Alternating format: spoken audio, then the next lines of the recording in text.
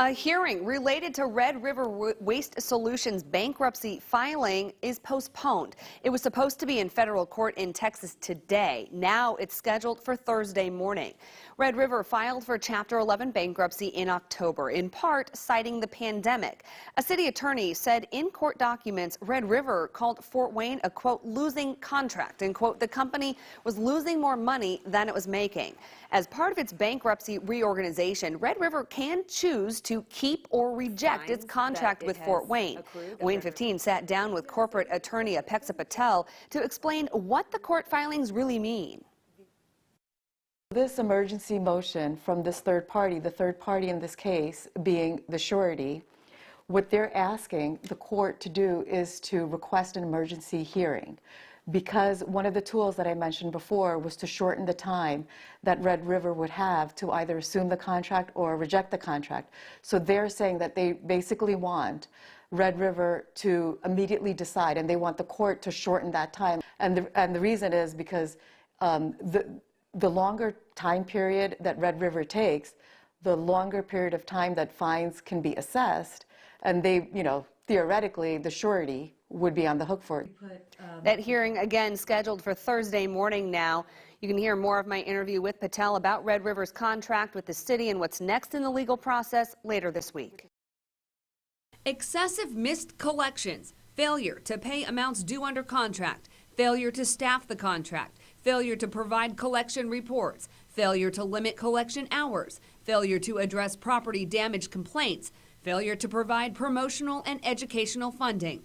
The 7 ways the city of Fort Wayne says Red River Waste Solutions broke its trash collection contract, and why it sent a letter to Red River on December 8th, giving intent to terminate it. The letter outlines the missed collections. Since the contract started January 1st, 2018, Red River only met the allowed number of misses, 83 households per month, 7 times. Some months, the misses exceeded 8 times the number allowed. Red River also hasn't been paying its fines. The city says the trash company owes $1.7 million in fines for not meeting benchmarks, missed collections, and frequent misses in this year. To date, only $167,000 have been collected. But with Red River in bankruptcy court, the city's hands are kind of tied. The city can't really terminate its contract right now because it's constrained within the bankruptcy court's rules and its processes. Corporate attorney Apexa Patel went through the documents with 15 fines out. Part of bankruptcy, Red River can choose to keep or reject the Fort Wayne contract. If they keep it, Red River has to make good on all the overdue fines. Either way, the court has to approve it. If they reject the contract, then it's similar to having been in breach even before, just before the bankruptcy filing. So that means if the city has any actions against Red River, it could just sue under, Indiana courts, Allen County courts, and that's fine. Red River and its surety also have to post a new performance bond of $4.9 million for trash collection and $2.4 million for recycling before January 1st. So the performance bond is, again, a mechanism where there's a third party who is guaranteeing services, payment, performance of Red River.